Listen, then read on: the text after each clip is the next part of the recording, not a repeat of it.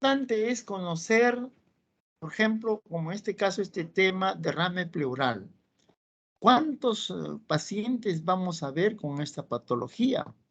Ajá. Y esa es la intención, digamos, ustedes como futuros médicos, ya que están llevando esta parte de medicina 1, tenemos que conocer en qué situaciones se van a presentar este tipo de patologías en general como derrame pleural. Entonces, esa es la intención porque nosotros tenemos que estudiar, tenemos que saber, conocer, para ir dando una aproximación del diagnóstico de nuestro paciente. Muy bien, y esa es la intención entonces. Nosotros en general, en vez de llamarlos como en este primer momento derrame pleural, podemos hablar de un tema más amplio, ¿no? Mejor podríamos referirnos como efusiones. ¿Por qué? Porque realmente cuando hablamos de fusiones podemos hablar, ¿no? a la presencia de estos líquidos en los pulmones, en el corazón y otros órganos abdominales.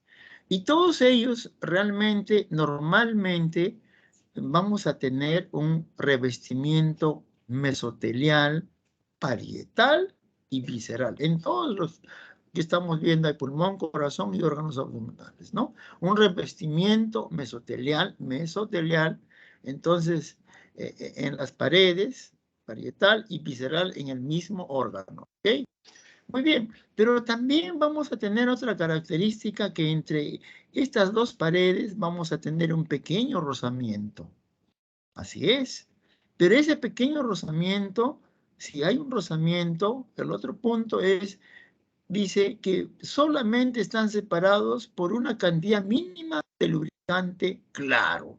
Lógicamente, si hay ese rozamiento, es necesario que, que haya pues una sustancia, como en este caso un lubricante, que pueda, digamos, hacer posible ese pequeño rozamiento que va a existir entre estas dos paredes. ¿Ok? Muy bien. Entonces ya sabemos en estos tres órganos qué cosa podemos tener.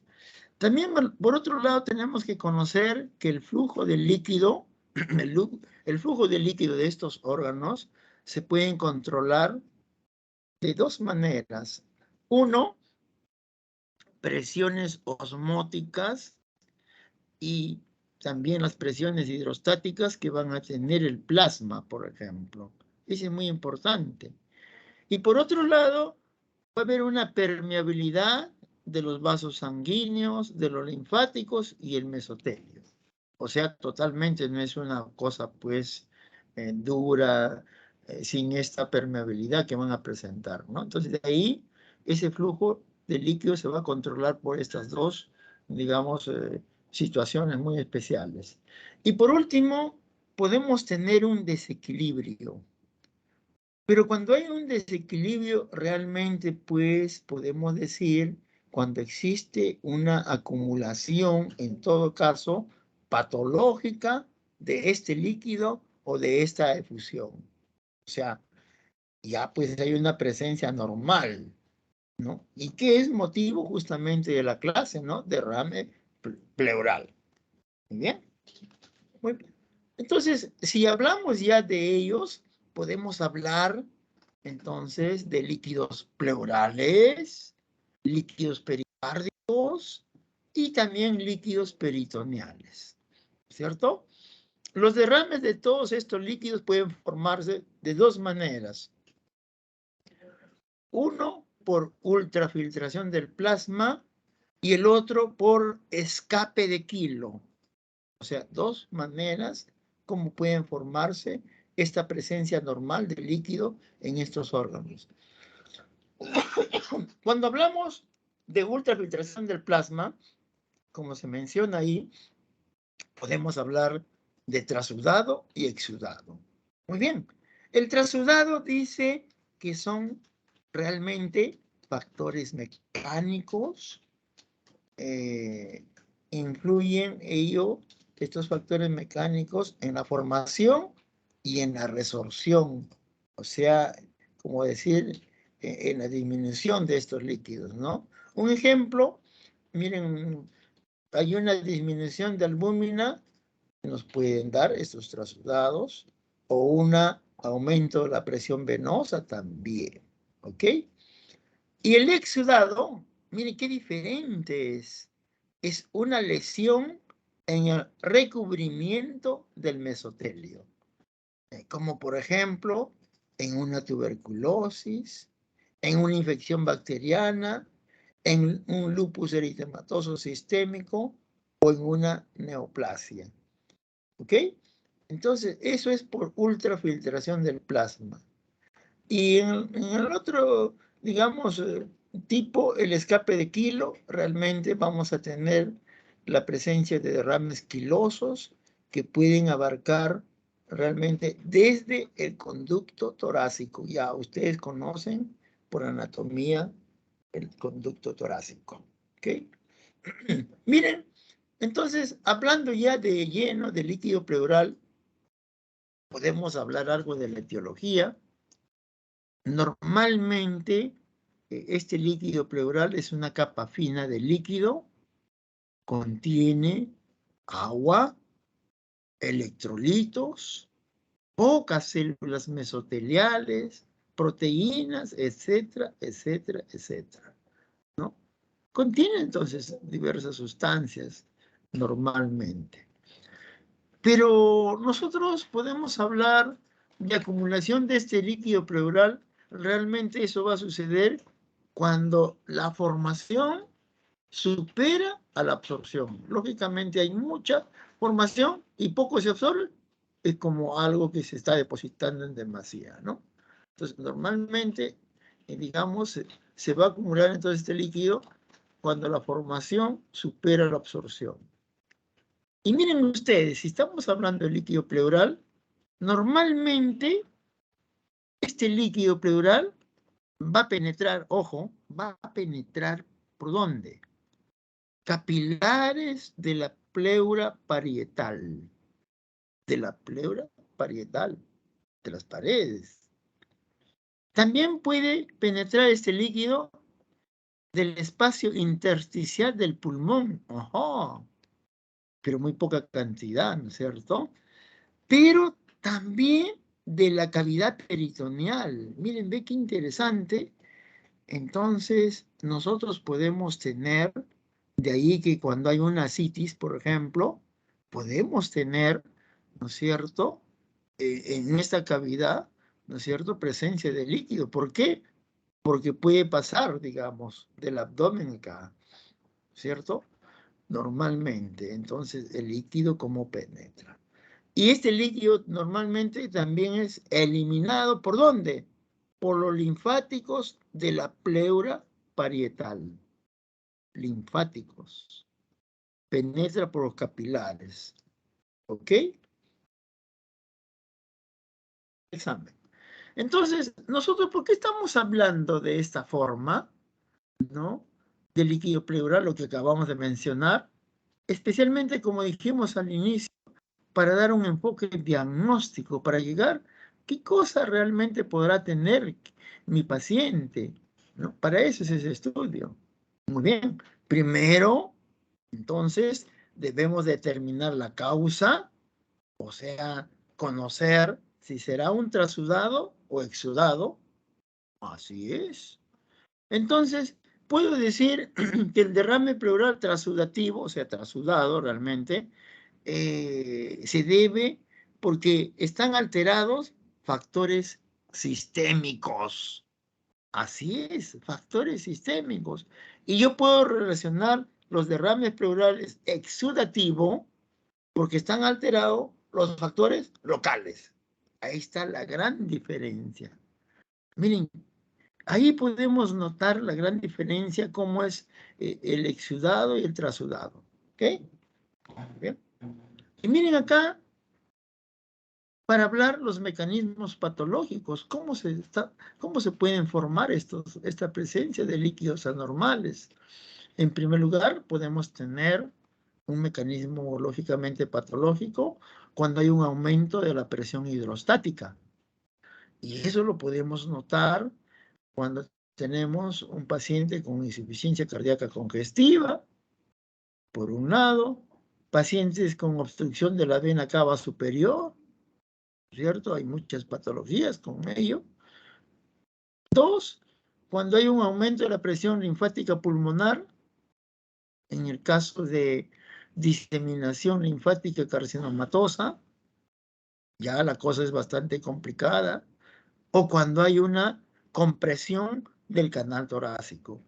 Eso nos puede dar entonces un aumento de la presión linfática pulmonar.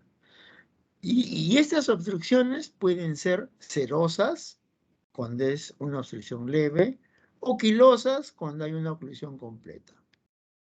O sea, está muy claro entonces. En tercer lugar, podemos hablar, ¿no? Otro mecanismo patológico, disminución de la presión oncótica. Y eso es muy común, ustedes lo ven a cada rato, ¿no? Como en una cirrosis hepática, un síndrome nefrótico, también lo vemos a cada rato, una desnutrición o algún problema de enteropatía, ¿ya? Disminución entonces de la presión oncótica. En cuarto lugar, un aumento de la presión negativa intrapleural. Lógicamente, lo que ocurre en las grandes atelectaxias, un buen ejemplo para mostrarlo. Así es. En quinto lugar, las lesiones pleurales. Alteración inflamatoria o neoplásica, según sea el caso. Vamos a tener exudación, irritación local, y esto puede ser proporcional, lógicamente, a la intensidad y la extensión. ¿Ya? En sexto lugar, tenemos el drenaje del líquido pleural, lo que ya comentamos hace un ratito, el derrame pleural con ascitis, ¿no? Si hay un derrame pleural, no es con ascitis, sino es con ascitis, pero que no viene de la pleura, eso viene de la cavidad abdominal, ¿no es cierto? En otras palabras, es un líquido peritoneal presente en ese derrame pleural. En séptimo lugar, rotura de vasos proximales a la cavidad pleural. Bueno, es otra alternativa por algún accidente, etcétera, que puede existir este tipo, digamos, de alteración, ¿no? Octavo, introducción accidental de líquidos, lo que puede ocurrir a veces se puede inyectar algún medicamento, pero también puede haber un accidente de líquidos, digamos, de mala forma, que se han, digamos, introducidos en esta cavidad, ¿no? Muy bien. Y miren ustedes, ¿qué procesos cursan con derrame? Si nosotros vemos cómo serán en el caso de trasudados, ¿qué cursos pueden, digamos, cursar trasudados? ¿En qué situaciones así especiales?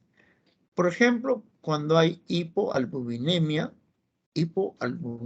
o sea, cuando tengo un paciente con nefrosis, cuando hay un paciente con cirrosis hepática por hipoalbuminemia, lo más probable que la presencia de este líquido sea un trasudado. Otro proceso sería por mayor retención de agua y sodio. Bueno, eso podemos tener cuando hay un exceso de ingesta de líquido, cuando podemos tener una insuficiencia cardíaca o en una insuficiencia renal, ¿no? Entonces, por mayor retención de agua y sodio. O podríamos también tener por mayor presión capilar. Eso podemos tenerlo en obstrucción venosa, insuficiencia cardíaca, en pericarditis constrictiva, etc.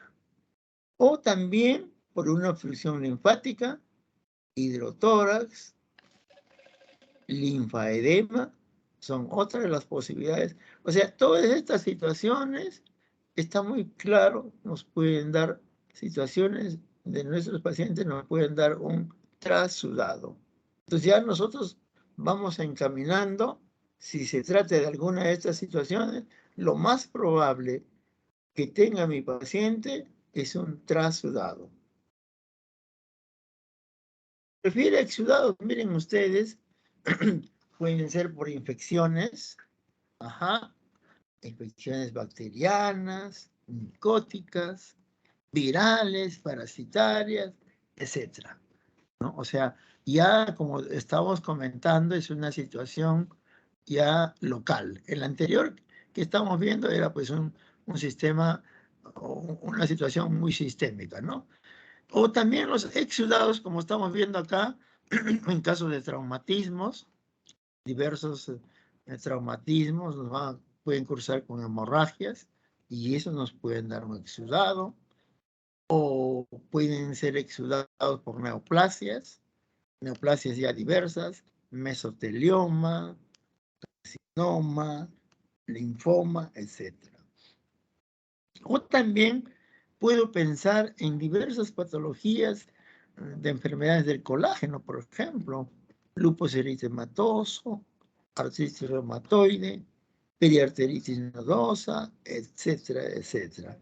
Y por causas varias, podríamos mencionar abscesos sufrénicos, pancreatitis, ¿no? Entonces, ustedes están viendo acá, pues, la relación de diversas situaciones patológicas que nos pueden presentar el paciente. Entonces, lo más probable, como en este caso, es que yo piense que se trate de un exudado. Y eso se trata realmente en la clase para que ustedes puedan hacer un enfoque diagnóstico, ¿no? Muy bien. Y acá miren ustedes, para que vean las fuerzas que están involucradas, ¿no es cierto? En una fluidos normales, ¿no? Para ver cómo están formados y cómo están absorbidos, ¿no? Esta situación de los líquidos que estamos viendo. Muy bien. En primer lugar vamos a ver, miren, las fuerzas que favorecen a la formación de estos líquidos, ¿no? Tenemos estas fuerzas, ¿no? Presión hidrostática del sistema capilar, la presión oncótica de este sistema también capilar, ¿no? Que es menos 26, o una presión intrapleural que es más 5. El primerito, la presión hidrostática más 30.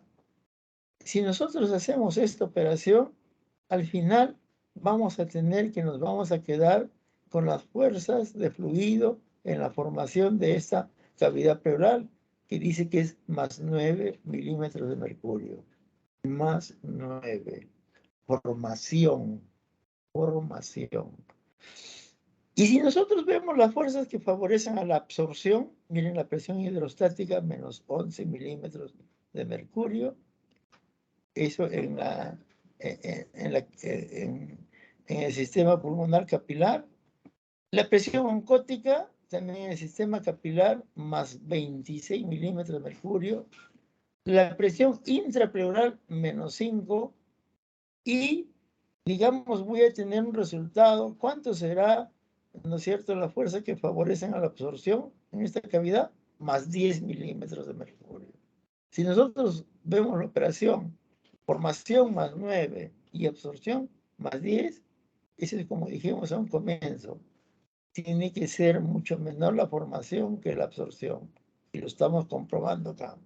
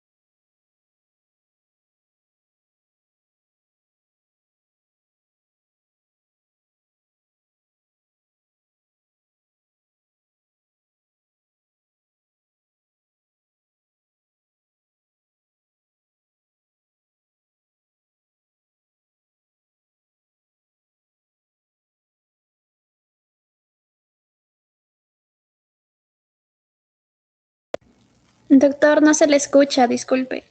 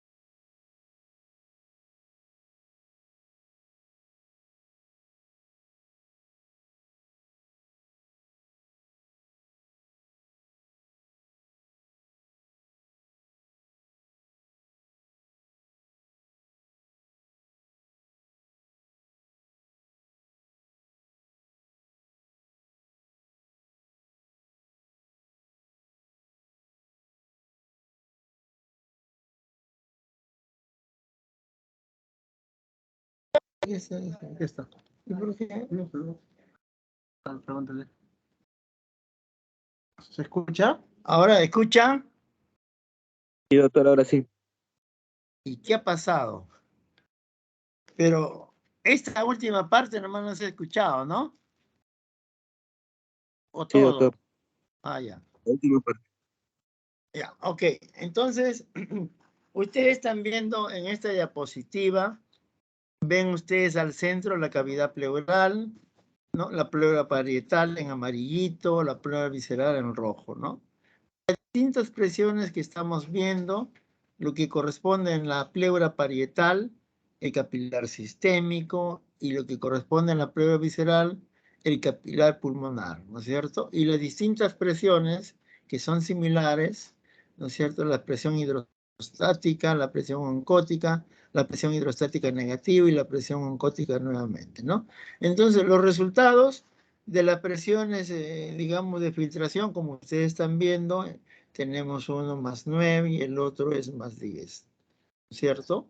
Estamos viendo que la presión de reabsorción siempre es mayor, exclusivamente pues para que no se forme justamente, ¿no?, presencia normal de líquidos, ¿ok? ¿Me escuchan, no? Sí, Sí, doctor. doctor. Sí. Ya, ok. Entonces, todo lo que estamos viendo de líquido pleural, señores, la presencia normal ya se considera, pues, o se llama también como derrame pleural, ¿no es cierto? Entonces, tenemos la necesidad de hacer una aspiración, ¿no es cierto? Y para hacer esta aspiración, o sea, para hacer la indicación de toracocentesis, ¿en qué situaciones tenemos que hacerlo? Especialmente cuando hay un derrame de etiología desconocida, no sabemos, ¿no?, cuál será el motivo. También cuando los síntomas clínicos están bastante marcados, o sea, cuando mi paciente tiene una disnea bastante severa, en otras palabras, o realmente la toracocentesis también se tiene que realizar cuando yo quiero la instilación, o sea, la adición del líquido a esa cavidad intrapleural. O también cuando yo tengo mi paciente con hemotórax, o cuando yo tengo presencia de empiema también, que son situaciones realmente bastante complicadas para mi paciente y que yo necesariamente tengo que realizar, ¿no? Y aquí tenemos una radiografía, ¿no es cierto?, de tórax, ¿no?, en este decúbito lateral que estamos viendo, en la parte inferior están viendo ustedes un nivel, ¿no? Eso es algo característico que yo puedo observar en estos pacientes con tipos de derrames pleurales, ¿no? De igual manera, ¿no?, la presencia de líquido en el dibujo y también en la placa radiográfica hay un nivel, ¿no es cierto? Entonces, de esa manera nosotros realmente vamos a poder observar o determinar, detectar la presencia de este líquido patológico. Realmente la toma de muestra de este líquido lo debe ser el médico, pero nosotros, si nosotros no ponemos a pensar en nuestra realidad, nuestro Perú, ustedes saben que hay mucha gente. Si nosotros recorremos todo nuestro país, médicos faltan. Si no hay médico, lo podrá hacer pues el enfermero, la enfermera. Si no hay enfermero, lo hará pues el técnico. Y si no hay técnico, lo hará pues una persona pues aficionada. Porque esa es nuestra realidad. Porque si no, mi paciente se puede morir. Lógicamente, todas estas personas están capacitadas para poder realizar. Pero realmente esto es un acto médico y como tal debe realizar el médico. Se debe pinchar con una jeringa y aguja, así es, extraer 20 mililitros de líquido en lo posible, si se puede, y hay esa cantidad. Pasar a un frasco estéril, ¿no?, que contenga 2 mililitros de citrato de sodio, ¿no?, al 4%, o también a un frasco con algunas gotas de heparina, ¿no? Esto con el fin, digamos, como vamos a ver más adelante, de algunas pruebas que tenemos que hacer de esa forma. Otra muestra con poca cantidad, sin anticoagulante, esto sí, exclusivamente para observar si hay coágulo en esa muestra. Y una nueva muestra con jeringa en 3 mililitros con heparina, especialmente para analizar el pH, ¿no? Entonces, esta variedad después es importante para poder hacer todas las pruebas importantes de mi paciente, ¿ok? Y miren ustedes las características normales que podemos encontrar. Si nosotros vemos la literatura de los textos, ¿cuál es la cantidad normal? Dice, ¿no? Realmente no encontramos una cantidad, pues, tan acorde, porque dice 8 mililitros, 10 mililitros, 12 mililitros, 15 mililitros. Mejor es poner esto. ¿Cuál es la cantidad? De 0.1 a 0.2 mililitros por kilo. Punto. Ahí está. Ahí vamos a entender la cantidad normal de este líquido. Color pajizo, ¿cierto? O sea, medio, ligeramente como amarillento, digamos así. Transparencia, claro, así es. Densidad específica de 10,10 a 10,26, ¿cierto? En un promedio mayor de 10,16, ¿no? Proteínas totales de 1 a 2 gramos por decilitro. La albúmina, que puede ser, ¿no es cierto?, de 0.3 a 4.1 gramos por decilitro. La globulina, que puede ser la mitad de lo anterior o un poquito más de la mitad, o sea, un 50 a 70%. El pH de 6.8 a 7.6, un promedio de 7.4. Solutos no coloidales, el sodio, potasio, cloro, la glucosa, son iguales que el plasma. Si yo hago un sedimento, voy a tener algunos linfocitos dispersos y también algunas células mesoteliales, ¿no? Como parte de la estructura mismo del órgano, ¿no? Podemos seguir haciendo una investigación en el laboratorio, el examen físico. Bueno, importante conocer la cantidad, el color, transparencia, el pH, la densidad. O un examen bioquímico, ¿no?, para dosar la proteína, colesterol, glucosa, deshidrogenasa láctica, etc. O un examen bacteriológico, hacer la coloración GRAM, coloración ácido resistente y cultivo de rutina y también cultivo para ácido resistente. Y en cuarto lugar, un examen citológico, contaje de células y también la parte diferencial, y un frotis para el Papa, para el Papa Nicolau, ¿no es cierto? Bueno, este es un esquema más o menos lo que podríamos realizar en el laboratorio, un examen de este líquido, ¿no? Muy bien, en primer lugar, podemos hacer este estudio del aspecto macroscópico. En caso si se trata de un transudado, generalmente va a ser transparente, amarillento pálido, pero ya la cosa, si es turbio, opaco, indica mayor número de componentes celulares, ¿cierto? Y eso no es tan normal, ¿no? Ya no necesariamente se puede tratar de un transudado, ¿no? O miren ustedes si puede ser sanguinolento. Y si es sanguinolento, ya la cosa empeora. Yo estoy pensando que puede deberse a una neoplasia, puede deberse a un infarto pulmonar o puede realmente deberse a un traumatismo. Muy bien.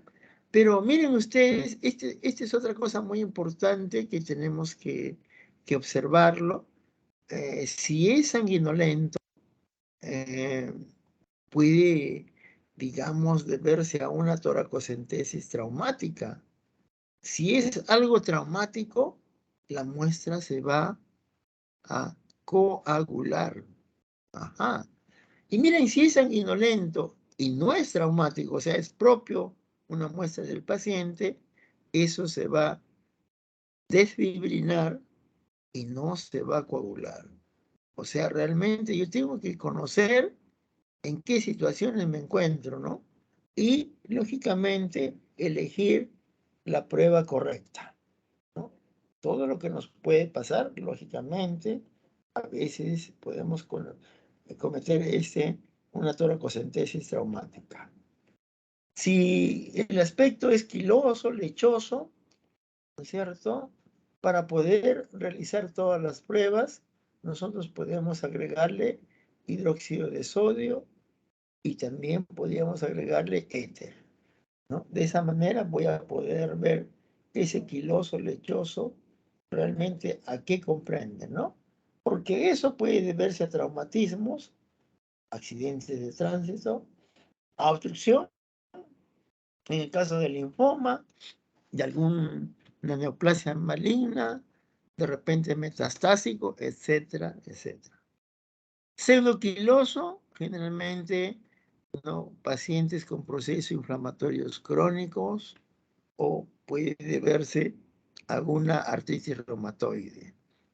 O puede ser un aspecto blanquecino, blanco, será pues un quilotórax en todo caso, o podría ser mucho más grave un empiema, ¿no? Son situaciones de aspectos diversos que podemos tener.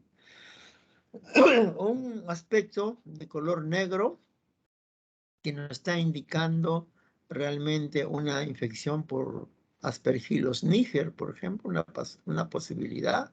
O verdoso, que generalmente puede deberse a una fístula biliopleural. O puede ser purulento en caso de infecciones. Y esta infección puede ser olor fétido. Se trata de anaerobios. O un color rojo pardo oscuro. Miren ustedes, puede ser una amebiasis. Qué interesante reconocer este aspecto, lo que va a presentar una amebiasis, ¿no? Otro aspecto importante, turbio y amarillo verdoso, generalmente podemos tomar en cuenta que se trata de un derrame reumatoide, o puede ser un aspecto muy viscoso, pero transparente, o puede ser sanguinolento, ¿no? En este caso yo me puedo imaginar que se puede deber a un mesotelioma. Un mesotelioma que es una situación muy importante que lo conozcan, me parece que van a tener un conversatorio relacionado a ello, ¿ya? El pH debemos medir anaeróbicamente, igual que gases, así es, ¿no? Podemos tener una acidosis si se trata, pues, de un líquido gástrico, o si se trata de una pleuresía reumatoide, cuando el pH es menos de 7.2, o una acidosis en caso de un empiema, una tuberculosis, o un pH mayor de 7.35 en diversas enfermedades malignas, o también en lupus eritematoso sistémico, o un pH menor de 7.3, generalmente pacientes con procesos paraneumónicos, y esto realmente es de mal pronóstico y probablemente hay que realizar una intervención inmediatamente, ¿no? Los exámenes bioquímicos, podemos hablar de la glucosa normal, igual que el plasma. Yo puedo decir que se puede tratar de un trasudado, de un lupus eritematoso sistémico. O cuando la glucosa está disminuida, el cociente líquido suero es menor de 0.5 ¿no es cierto? La glucosa disminuida, o también la glucosa disminuida en infecciones bacterianas como la tuberculosis, o también disminuida en artritis reumatoide, especialmente cuando es de 0 a 10 miligramos por decilitro. Y también, lógicamente, disminuido en diversas neoplasias. La deshidrogenasa láctica podemos tener elevado en tumores primarios, metastásicos, y si es muy importante, miren ustedes, si encuentro esa posibilidad, entonces ya estoy frente a un caso bastante grave. Lógicamente, la deshidrogenasa láctica en los trasudados dice que debe ser menor del 60% del suero, ¿no? Entonces estoy diciendo que se trata de un trasudado. Y si se tratase de un exudado, es mayor del 60% del suero.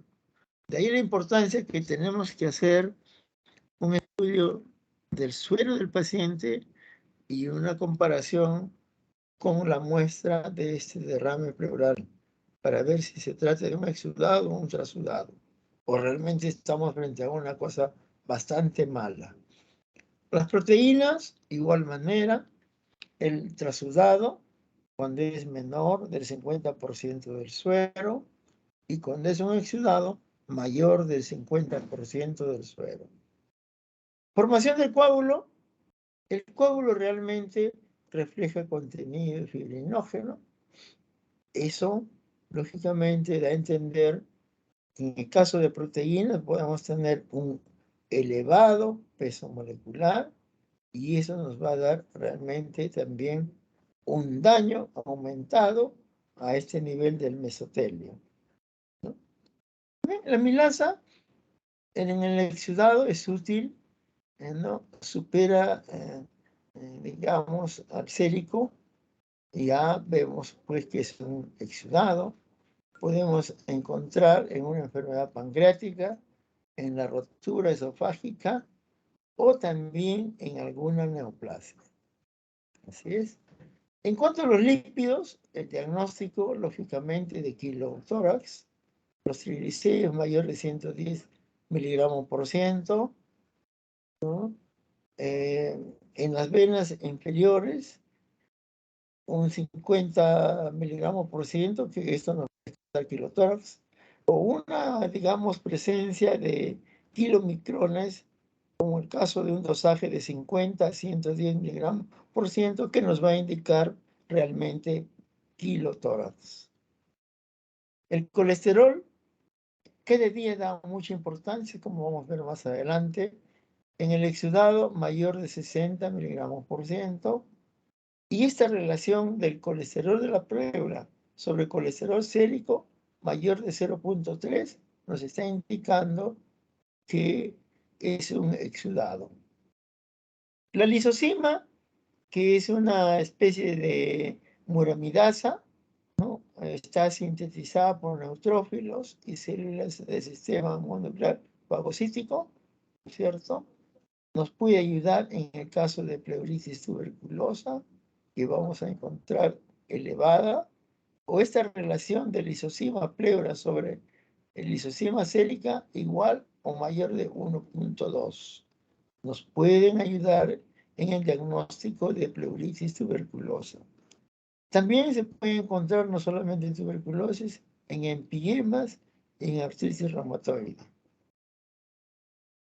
Y esta es otra enzima, la adenosina deaminasa, ADA, ustedes ya lo han escuchado, predomina en el tejido linfoide, o sea, en los linfocitos T.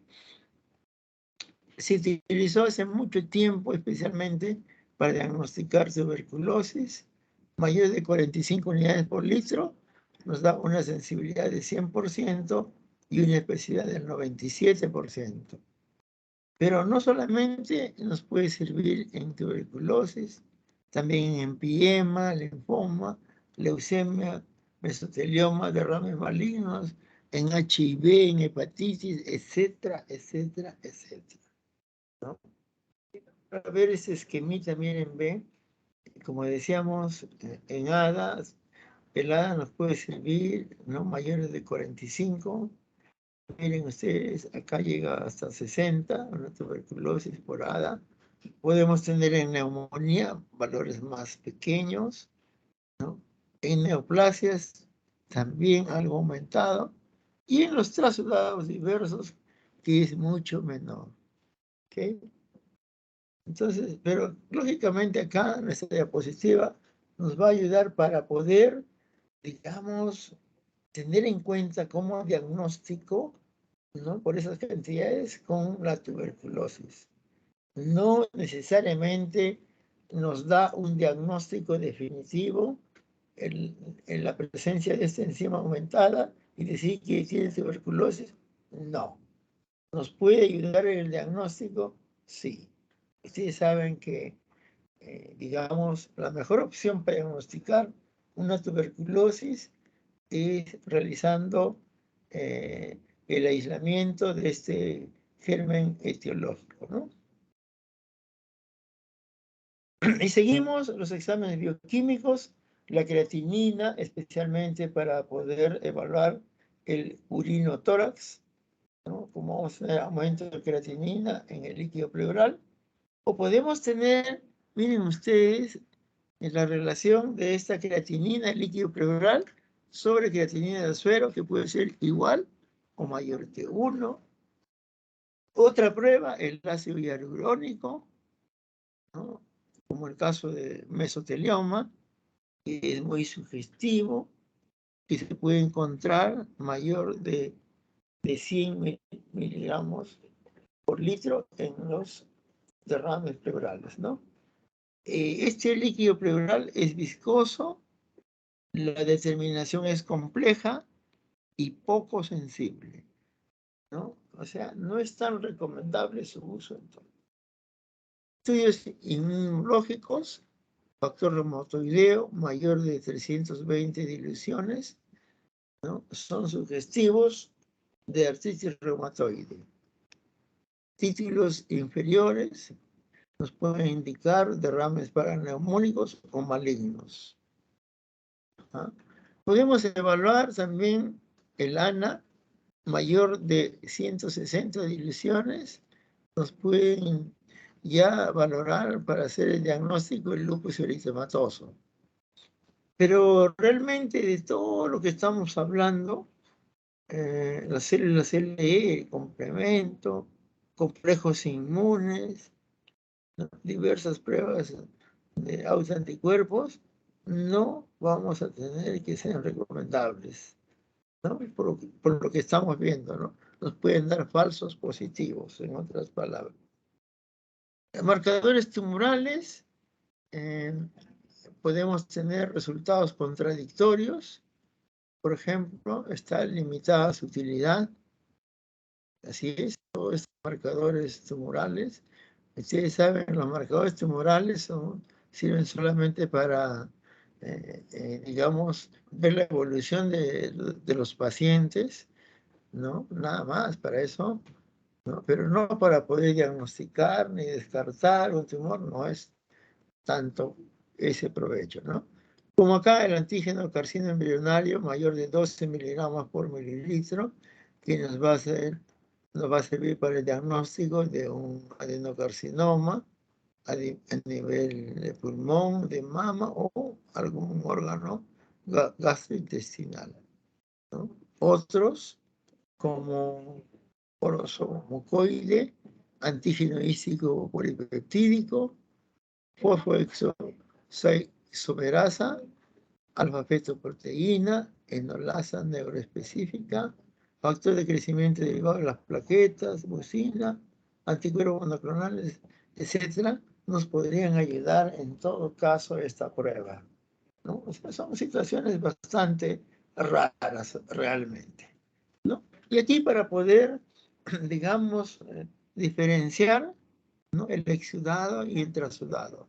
El aspecto en el trasudado, claro, transparente, ligeramente opalescente. En el exudado puede ser turbio, puede variar de ceroso a purulento, bien diferente entonces el exudado. El color en el trasudado amarillo pajizo, en el exudado amarillo intenso, puede ser lechoso, rojizo, verdoso, etc. La densidad en el trasudado inferior a 10-16, en el exudado superior a 10-16.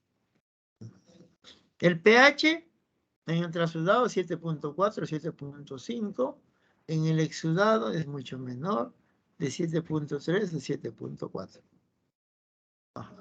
La coagulación en el trasudado realmente no coagula. En el exudado puede coagular por alta proteína que especialmente contiene fibrinógeno. El recuento celular en el trasudado menos de 1000, en el exudado superior a 1000. Ajá. El recuento diferencial en el trasudado, algunas células mesoteliales, escasos linfocitos. Ajá. En el exudado, el recuento diferencial, hematí es más de 100.000, que nos está indicando neoplasia. Ajá. Predominio de polimorfos nucleares, lógicamente eso sabemos en la fase aguda de los pacientes. Una neumonía, un infarto pulmonar, ¿no? O linfocitos más del 50% nos está indicando de una situación crónica. Ajá. La tuberculosis, los tumores, las células LE, las células neoplásicas, etc., también nos pueden indicar algo en este estudio, ¿no? ¿Eh? La amilasa en el trasudado no se encuentra, en el exudado relacionado con pancreatitis. La glucosa en el trasudado normal que el suero, en el exudado disminuida por esa glicólisis, o sea, producida por las bacterias, por las células en general. Proteínas, menos de 3 gramos por decilitro en el trasudado, más de 3 gramos por decilitro en el exudado. DHL normal, de 115 a 225, de 220 a 480. Y en el exudado, lógicamente, vamos a tener la deshidrogenasa láctica elevada, y eso corresponde a neoplasias.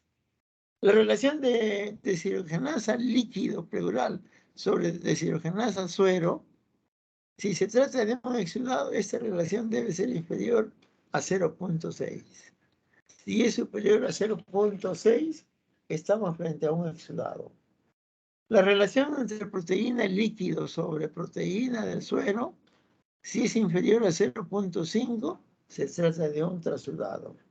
Si es superior a 0.5, se trata de un exudado. Seguimos con el recuento celular. Los leucocitos totales, casi nunca hay diagnóstico, pero podemos tomar en cuenta 10.000 leucocitos por mililitro cúbico, nos está indicando que hay un proceso inflamatorio, ¿no? Ese proceso inflamatorio que puede abarcar una neumonía, un infarto pulmonar, una pancreatitis.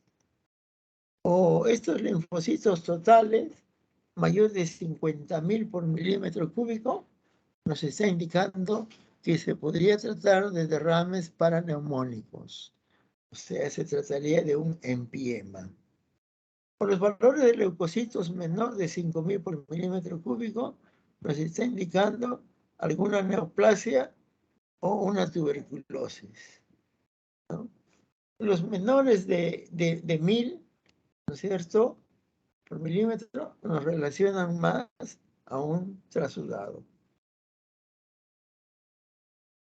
Los hematíes de 5.000 a 6.000 por milímetro cúbico tienen un aspecto rojizo, ¿no? Hay que ver si realmente es un traumatismo por aguja, si podemos hacer esos 2 mililitros con 1.000 mililitros de líquido, ¿no?, para poder ver esa proporción, etc.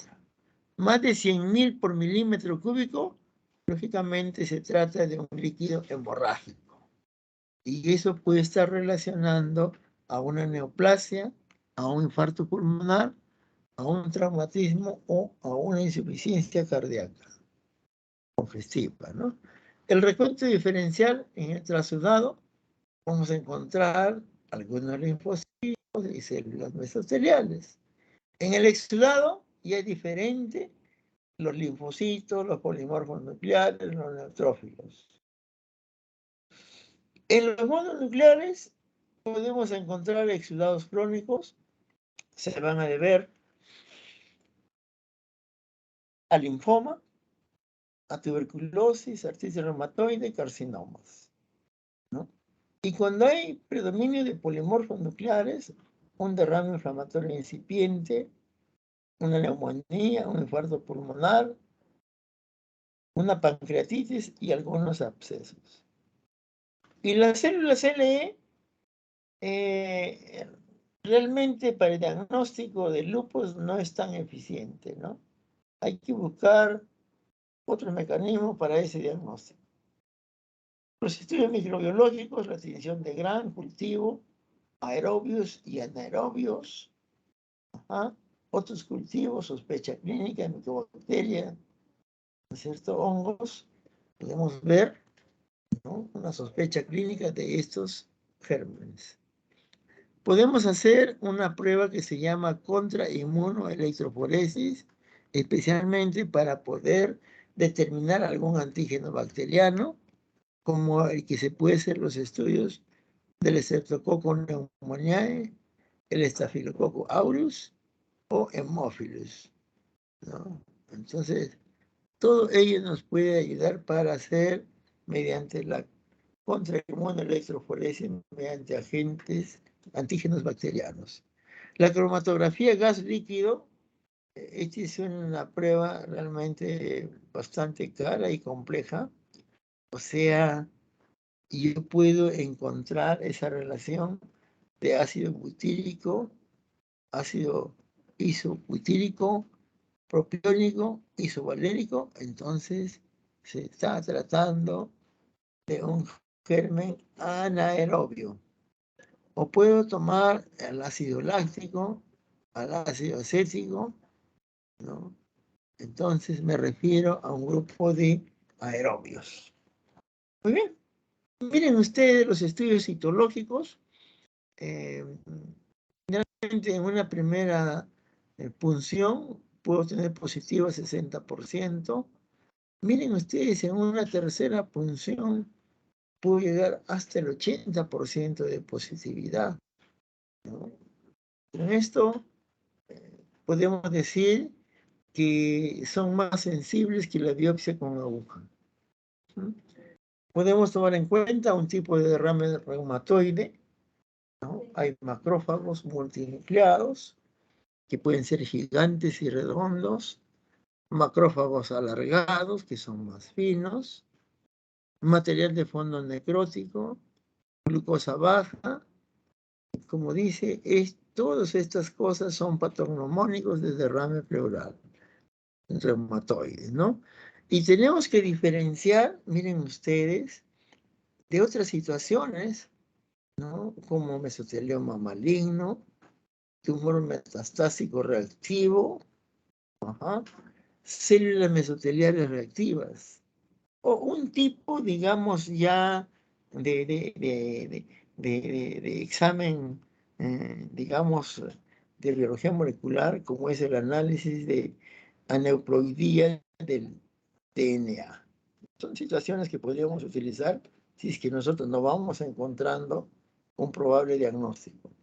Y aquí también, para diferenciar exudado y trasudado, se menciona de criterios de ley.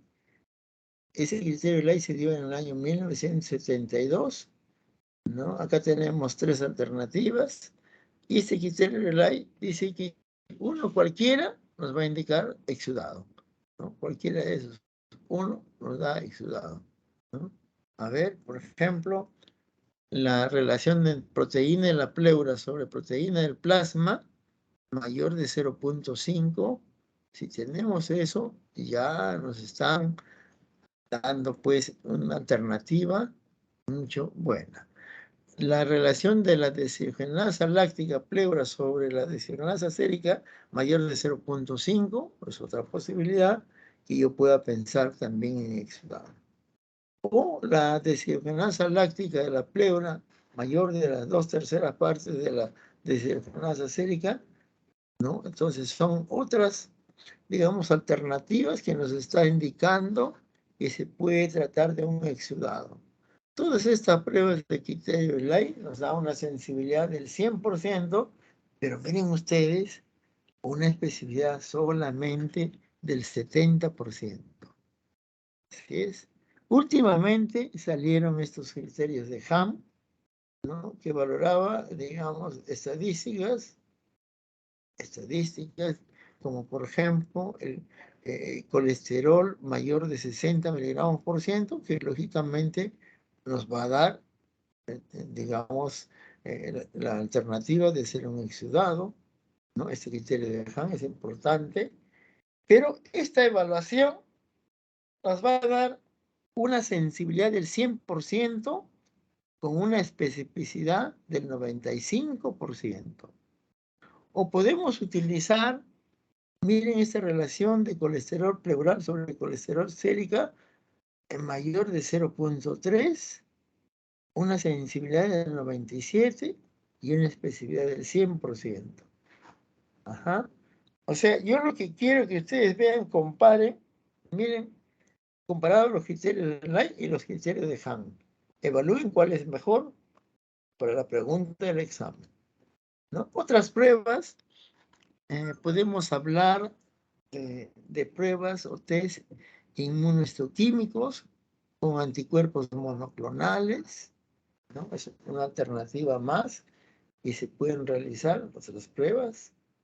Después de ello, pacientes sin diagnóstico, o sea, yo no sé qué tendrá mi paciente finalmente, tener en cuenta que puede tratarse de una asbestosis por asbesto, un mesotelioma, ajá, un, digamos, síndrome de Dressler, uremia, otras cosas más raras como síndrome de uñas amarillas o también un síndrome de pulmón atrapado. Realmente son cosas bastante raras que se pueden tener en cuenta. Aún así, 20% de pacientes con exudados todavía pueden cursar sin diagnóstico etiológico. La mayoría resolverán espontáneamente, o sea, puede deberse a procesos virales autolimitados. Y los restantes nos pueden dar un diagnóstico a corto plazo con una neoplasia maligna. Para que ustedes vean, pues esa es más o menos la relación que nos va a conllevar al final, pero son casos muy raros que yo pueda llegar a estas situaciones, ¿no? Pero uno no sabe, cualquier momento puede ocurrir por ahí, que todos estos parámetros van a ser importantes de saber valorar. Y yo creo que ahí hemos terminado. Si hay alguna pregunta, estoy un poco ronco, estoy un poco resfriado todavía, pero he querido servirle a ustedes. Si hay alguna pregunta, jóvenes.